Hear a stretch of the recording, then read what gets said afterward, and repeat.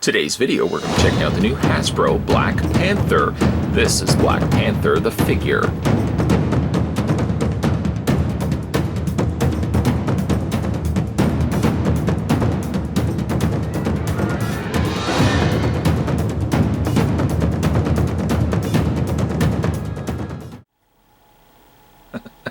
It's always funny when you try to say at the beginning of the review what the toy is, and it's of the same title. So for example, it's Hasbro Black Panther is the toy line, and Black Panther is the figure. Not sure why I'm chuckling so much about that. Anyways, let's take some dimensions. Black Panther stands at exactly 6 inches in height.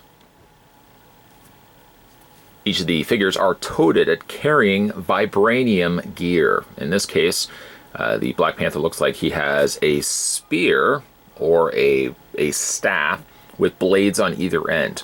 Now the blades are a translucent purple plastic, which look quite nice, I have to admit.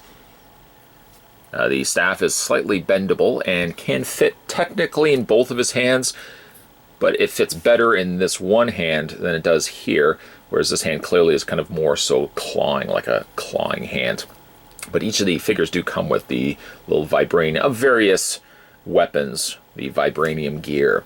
There's really no other place to put this on Black Panther, so unless you are having him holding it, you're probably just going to have to put it on a shelf or in a baggie somewhere. Pick these up at Walmart. I say these because we're going to be looking at Eric Killmonger in the next review. And the price point for these were about $14.99. It's about what you would expect for a basic class figure, because ultimately, while this figure does have posability pretty good on the arms, sadly he's relegated to only swiveling in the legs. And for that matter, also he has no articulation in the knees. But before we do anything, let's have a look at his face. We'll kind of work our way down. The new Black Panther mask is rather interesting, actually, because I think it looks a little bit more cat-like than the the previous outings for Black Panther, the only other outing being the Civil War movie.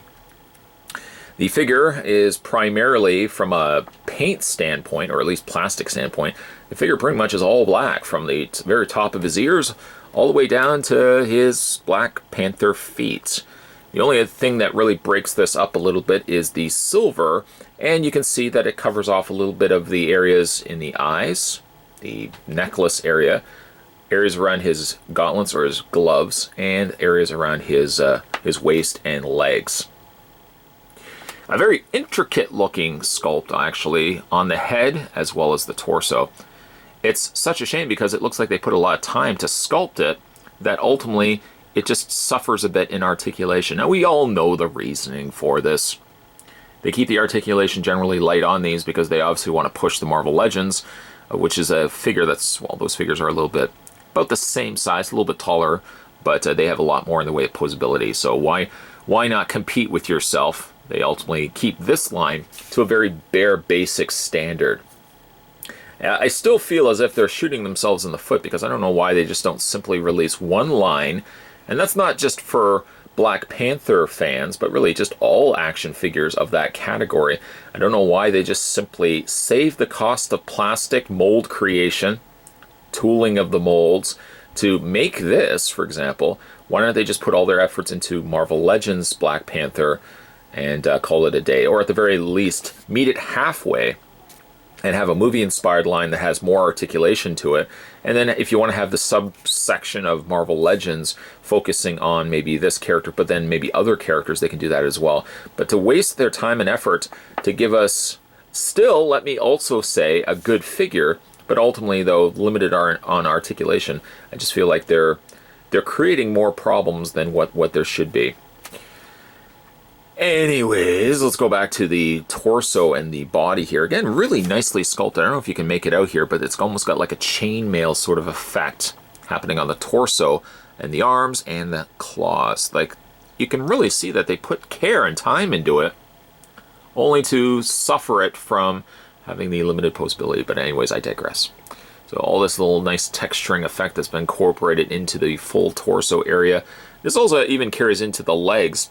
Although the legs, as you can see, it looks like it varies ever so slightly. It seems like it's a bit smoother than the upper torso area here. But I do like the face sculpt quite a bit. Interchangeable head sculpt could have gone a long way too, but, well, we know that is going to be kept more for the Marvel Legends version. But I do really think the head sculpt is nicely done. And none of it really feels rushed either. The areas sticking out, the necklace, so to speak, is raised. It's not simply that they just painted the actual teeth portion in there, which I guess best to describe it. And the same thing can be said for the claws and even like the waist. Everything's sculpted above, over top of the existing mold that is there. Again, as we can discuss, well, we started already discussing, this guy is very limited in the way of posability. By the way, he does have peg holes on the undersides of his feet, but I don't feel like generally, for the most part, he's that difficult to stand. A lot of times he seems to stand better if I have one foot slightly further ahead than the other. Plastic, let me also indicate too, while this feels dense, the head feels dense, the arms, however, and the legs more specifically, do have a more softer sort of plastic to it. So unfortunately, it feels like it's a little, they used a different type of plastic for the feet and for the hands, something a little bit softer, I guess much more affordable to produce. Talking about this guy's posability, his head rotates technically all the way around, just via a single ball joint. There's no hinge joint in there as well, just solely a ball joint. Universal joints in the arms. They rotate all the way around. I could do this until the cows come home, but I won't. He also has a bend at the elbow, which also allows the forearm to rotate. As a result of that, you don't have posability in the wrists. The posability is solely in the rotation in the forearm area here. No waist articulation, no torso articulation. You're not going to get it on here. And ultimately, for feet or legs, this is really all you're getting for legs. That's it. Can't split them out. No bend at the knee.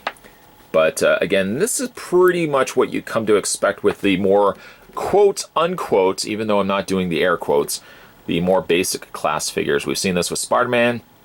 We've seen this with some of the Avengers figures as well.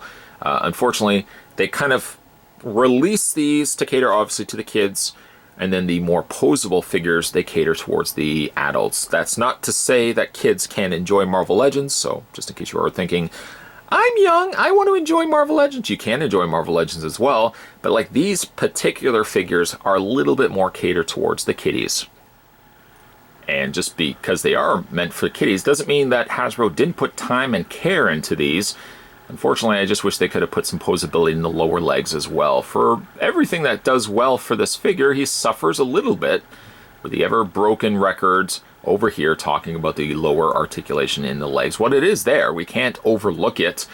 I like the head sculpt on this guy, and I generally think the texturing on his body doesn't feel like they just chinsed out. Ultimately, we got ourselves a really decent-looking Black Panther. Just suffers a little bit when you go basically from the waist down. By the way, the little vibranium weapons, excuse me, are also a nice touch because kids always like extra weapons and stuff like that. Today, we were having a look at the brand new Hasbro. This was Black Panther, the movie. This was Black Panther, the figure. This also makes things a little bit more difficult when it comes to titling this video, because essentially the movie franchise in which this figure line is based from is also the name of the character that we looked at as well. And just shy of me putting, you know, Hasbro, Black Panther, which somebody will just say, why did you put Black Panther twice? I might ultimately just put Hasbro Black Panther figure, which is as generic as it could possibly get. Today, though, we were having a look at this guy, the main character from the new movie. How's that sound? If you guys haven't had a chance to hit that little subscribe button down below, make sure you do so. More videos and figure reviews will be coming your way. Thanks for watching.